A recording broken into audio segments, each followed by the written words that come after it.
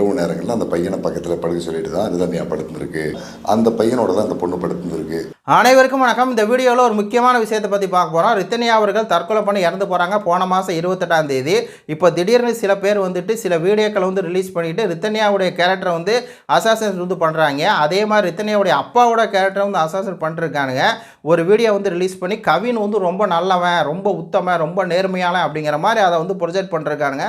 அந்த குடும்பம் வந்து வரதட்சணை கேட்குற மாதிரி குடும்பம் கிடையாது. அது பரம்பரையாக பணக்கார குடும்பம். அவங்களுக்கு காசெல்லாம் வந்து ஒரு மேட்டரே கிடையாது. பாருங்கள், அந்த காரு கதை வந்து கவினே திறந்து விட்றாரு. அதுக்கப்புறம் ரிவேஸ் வந்து பார்க்குறாரு. அப்படி பார்க்கும்போது கவின் வந்து ஒரு அன்பான கணவராக தான் இருந்திருக்காரு. பாருங்கள், 2 பேர் வந்து எந்த விதமான சண்டை சச்சரவு இல்லாமல் இருக்கிறாங்க. பாருங்கள், கவினுடைய அம்மா வந்து அவங்க வீட்டில் இருக்க கழனி தண்ணியை அவங்களே போய் வந்து ஊற்றுறாங்க. அப்படி பார்க்கும்போது கவின் வந்து நல்லவன் தான். இந்த ரித்தன்யா அவர்கள் தான் வந்து மனநலம் பாதிக்கப்பட்டவங்க, சைக்கோ கேரக்டர். அவங்களுக்கு வந்து கல்யாணத்தில் விருப்பமே இல்லை. கல்யாணம் வேணாம் 2 தடவை ஆல்ரெடி தற்கொலை முயற்சிக்கு வந்து போயிட்டாங்க. அவங்க வந்து யாரோடையும் பழக மாட்டாங்க அப்படின்னு சொல்லி பல விஷயங்கள் வந்து பார்த்தீங்கன்னா அடிக்கிட்டே இருக்காங்க.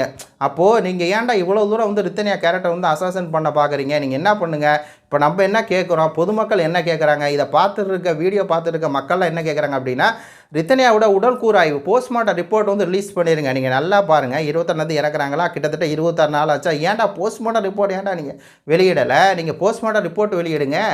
அதில் வந்து இப்போ அஜித்குமார் வழக்கில் என்னாச்சு, போஸ்ட்மார்ட்டம் ரிப்போர்ட் வெளியே வந்துச்சு. நாம் தமிழர் கட்சி வழக்கறிஞர் வந்து கார்த்திக் ராஜா ராஜாஜி மருத்துவமனையில் எங்களுக்கு வந்து வேணும் அப்படின்னு சொல்லி கையெழுத்து போட்டு அதை வந்து வாங்கினார். அது வாங்கினப்போ தெரிஞ்சு எவ்வளோ சித்திரவதை அனுபவிக்கப்பட்டார் நம்ம அஜித் அப்படின்னு சொல்லி தெரிஞ்சு. அதே மாதிரி உடல் கூராய்வு கொடுங்க. அவங்க அப்பா அம்மா தான் கேட்குறாங்க, பொதுமக்கள்லேருந்து ஆரம்பித்து எல்லாருமே அதான் கேட்குறாங்க. நேற்று கூட போராட்டம் பண்ணவங்க நாம் தமிழர் கட்சிக்காரங்க அதான் கேட்குறாங்க. 28 நாள் ஆச்சு, ஏன் போஸ்ட்மார்ட்டம் ரிப்போர்ட் வந்து வரல? ஏன் போஸ்ட்மார்ட்டம் ரிப்போர்ட் வந்தால் அந்த அவங்க அம்மா சொல்கிறாங்களையா, அந்த பெண்ணுக்கு வந்து இடுப்பு எலும்பே வந்து வளைஞ்சிருச்சு. அது மட்டும் இல்லாமல் இந்த கவின் அப்படிங்கிறவன் 24 மணி நேரம் வீட்டிலே இருந்து செக்ஸ் டார்ச்சர் கொடுக்குறது. உங்களுக்கு அந்த படங்களில் பார்த்துருப்பீங்க. அது மாதிரியே பண்ண சொல்கிறது. பல பொசிஷன் வந்து இருக்கும். அதெல்லாம் வந்து சாதாரண பெண் அது பண்ணால் கொடுமைப்படுத்துறது தான் அர்த்தம். அந்த அளவுக்கு கொடுமைப்படுத்தி அந்த பெண் சொல்லுதில்ல, என்னை உடல் ரீதியாகவும் மன ரீதியாகவும் வந்து டார்ச்சர் பண்ணியிருக்கேன், அப்படி டார்ச்சர் பண்ணியிருக்கேன். அப்போ நீ போஸ்ட்மார்ட்டம் ரிப்போர்ட்டை வெளியிடு. போஸ்ட்மார்ட்டம் ரிப்போர்ட்டை வெளியிட்டு அதுக்கப்புறம் அந்நியமாக இருந்தாங்கன்னு இந்த வீடியோலாம் வெளியிட்டு நீ கதை கட்டுப்பா அப்படிங்கிற மாதிரி தான் இருக்குது. ஆக்சுவலாக ஒரு கும்பல் வந்து இறங்கியிருக்குங்க. இப்போ அவங்க அந்த கும்பலுக்கு தேவை என்ன தெரியுமா? காசு தான். காசை கொடுத்தீங்க அப்படின்னா நல்லா வந்து கதை கட்டுவானுங்க. இந்த பொண்ணு வந்து கெட்ட பொண்ணு, இந்த பையன் வந்து நல்ல பையன். ஆக்சுவலாக இவன் தான் சைக்கோ. இவன் தான் வந்து ஒரு நார்சிக் பர்சனாலிட்டி கேரக்டரு. அவன் வந்து ஒரு வாழவே தகுதி இல்லாத ஒருத்தன் தான் இந்த கவின். பெண்ணை வந்து இந்தளவு கொடுமைப்படுத்தியிருக்கான் அப்படிங்கிறது தெரிய வருது. ஆனால் இப்போ இவன் நல்லவன் ஆகிட்டான். ஒரு ஃபுட்டேஜை போட்டோன்னே இப்போ இந்த பெண்ணு வந்து கெட்ட பொண்ணாயிடுச்சு. அதுலேயும் வந்து என்ன சொல்கிறாங்க அப்படின்னா, இப்போ 2 பேர்த்துக்கு வந்து கல்யாணம் பேசி முடிச்சாதான். பேசி முடித்ததுக்கப்புறம் என்ன ஆகுது அப்படின்னா, கூரை சேலை அப்படிங்கிற ஃபங்க்ஷன் வந்து அந்த மக்கள் அந்த எல்லாமே எல்லா வீட்டில் எடுக்கிற மாதிரி எடுத்திருக்காங்க. அதில் என்ன இருக்குது அப்படின்னா, இந்த பெண் வந்து அந்த ஃபங்க்ஷன்லேயே சொல்லிட்டாங்களாமா, எனக்கு கல்யாணத்தில் விருப்பம் இல்லைன்னு. அங்கே வந்து ஒரு பிரச்சனை வந்துருச்சான். அதனால் உடனே அவங்க அப்பா தான் இடையில பூந்து, அவங்க அப்பா அம்மாலாம் பூந்து இல்லை அப்படின்னு சொல்லி ரித்தன்யா வற்புறுத்தி தான் அந்த கல்யாணத்துக்கு வந்து சம்மதிக்க வச்சாங்களாம். அப்போயே வந்து இந்த ஆண் வீட்டார், இந்த கவின் வீட்டார் வந்து சொன்னாங்களாமா. அதுலேயும் குறிப்பாக கவினுடைய தாத்தா கிருஷ்ணன் வந்து சொன்னாராமா, இவங்க வந்து நம்மளுடைய ஸ்டேட்டஸ்க்கு வந்து ரொம்ப கம்மியாக இருக்கிறாங்க. அது மட்டும் இல்லாமல் அவங்க அப்பா வந்து பார்த்திங்கன்னா ஒரு ரியல் எஸ்டேட் பிஸ்னஸ் வந்து வச்சுருக்காரு. அவங்க சொல்கிற அந்த அவங்க நரேட்டிவ் செட் பண்ணது பாருங்களேன். அப்போ ரியல் எஸ்டேட் பிஸ்னஸ் பண்ணுறாங்க, ரொம்ப தப்பானவா இருப்பான், பொய் பிராடு புத்தலாட்டம் அதிகமாக புலங்கக்கூடியது இந்த ரியல் எஸ்டேட் தான். தண்ணியே வராத இடமா இருக்கும், தண்ணி வருது அப்படின்னு சொல்லி சொல்லுவான். அதே மாதிரி 10 லட்சம் தான் மதிப்பு இருக்கும், 50 லட்சம் வந்து சொல்லுவான். பேங்கில் லோன் வந்து வாங்கி தர மாட்டான். அப்போது இந்த மாதிரி பொய் சொல்லியே இருக்கக்கூடிய பிஸ்னஸ் தான் இந்த ரியல் எஸ்டேட் பிஸ்னஸ். அப்படி தான் அவங்க அப்பா வந்து சம்பாதிச்சிருக்காரு. இந்த குடும்பமே நம்மளுக்கு வேண்டாம் அப்படின்னு சொல்லி அவங்களுடைய தாத்தா வந்து சொன்னாராம். அதை வந்து இவங்க ஒரு கதையாக கட்டுறாங்க. அப்படி பார்த்தா அவங்களுடைய தாத்தா எந்த கட்சியில் இருக்கார்? காங்கிரஸ் கட்சி. காங்கிரஸ் கட்சி என்ன ஒழுக்கமான கட்சியா? இப்போது திமுக கூட்டணி வச்சுருக்கீங்க. இப்போ திமுக என்ன சொல்லுச்சு? 1 மாதத்துக்கு ஒருக்கா கரண்ட் பில்லு, 2 மாதம் கரண்ட் பில்லு, 1 மாதம் இருக்கான்னு சொல்லிச்சு, எடுத்துச்சா?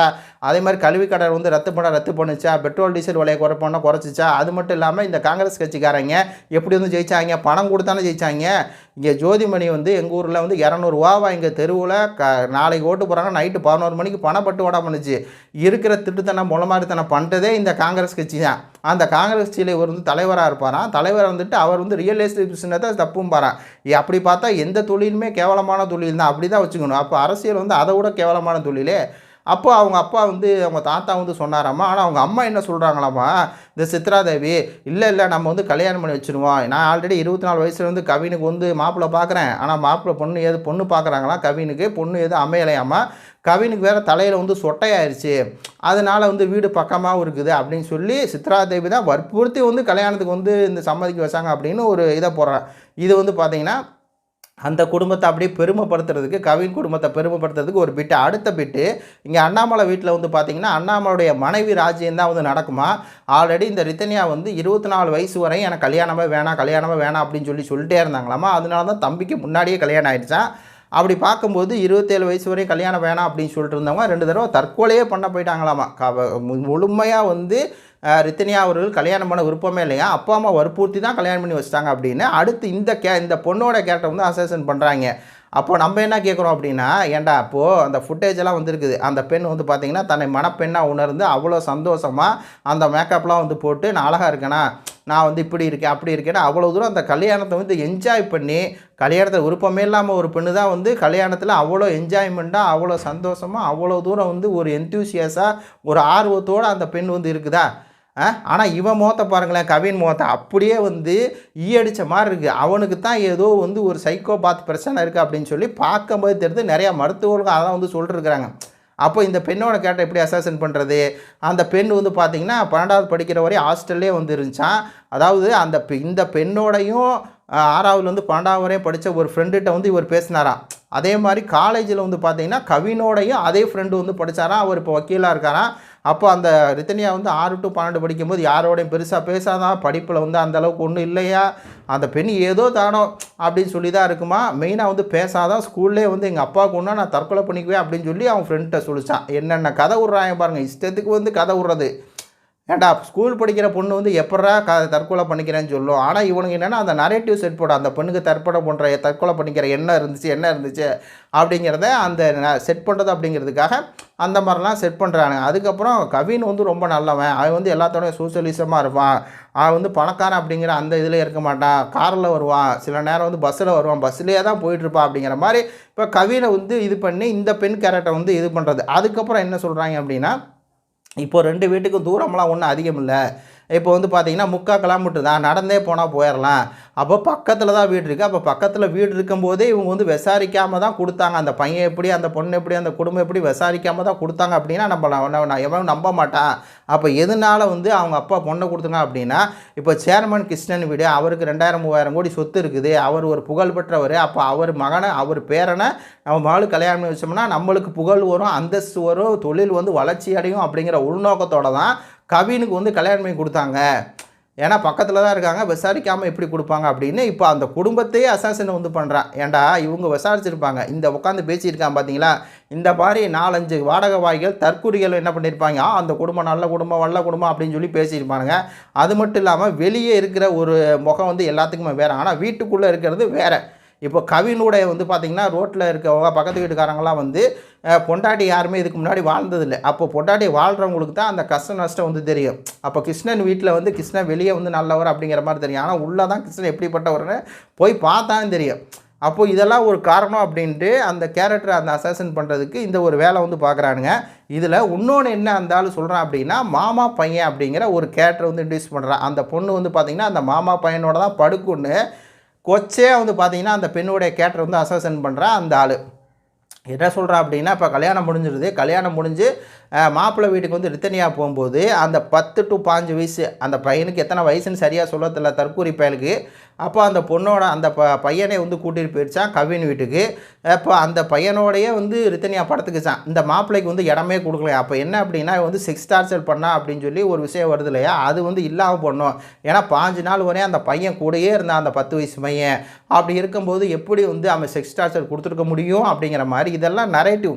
நீங்கள் பாருங்கள், ஒருத்தன் தற்கொலை பண்ணிட்டான் அப்படின்னா அவனுக்கு வந்து அதிகாரம், அரசியல், பணம், இது 3 தான் மெயின். இது 3 இருந்துச்சு அப்படின்னா அவன் வந்து பல நரேட்டிவ்கள் வந்து செட் பண்ணுவான், இல்லாத இருக்க மாதிரி மாற்றுவான், எல்லாமே பண்ணுவான் அப்படிங்கிறது நம்மளுக்கு தெரியும். இப்போ இந்த குடும்பம் வந்து பணமும் இருக்குது, அதிகாரமும் இருக்குது, அது மட்டும் இல்லாமல் அரசியல்லே வந்து ஒரு பெரிய கட்சி ஆளுங்கட்சியோட தொடர்புடைய ஒரு குடும்பம் அதுதான் நடந்திருக்கு. அப்போ இவங்க என்ன பண்ணுறாங்கன்னா அந்த பெண்ணோட கேரக்டர் வந்து அசசின் பண்ணிருக்கானுங்க.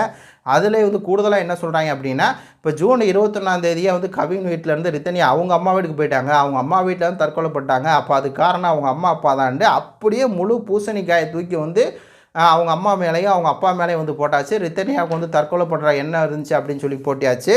அப்படி போட்டுட்டு ரித்தனியாவுக்கு வந்து தற்கொலை பண்ணுங்கிற எண்ணம் இருக்குது, அதனால அவங்கள தற்கொலை பண்ணிக்குவாங்க அப்படிங்கிற மாதிரி வந்து ஒரு கதை கட்டிட்டு கவின் குடும்பம் வந்து ரொம்ப நல்ல குடும்பம், கவினுடைய அப்பா ரொம்ப நல்லவர், அவங்களாம் பாரம்பரிய குடும்பம், அவங்களாம் வரதட்சணையாக கேட்க மாட்டாங்க அப்படின்னு இப்படி ஒரு நரேட்டிவ் செட் பண்ணுறது. இதை வந்து நல்லா பார்த்துங்க. இது வந்து பியூராக வந்து ஒரு சினிமா படம் பார்க்குற மாதிரி ஒரு நரேட்டிவ் வந்து அந்த பெண் மேலே செட் பண்ணிக்கிட்டே இருக்கிறது.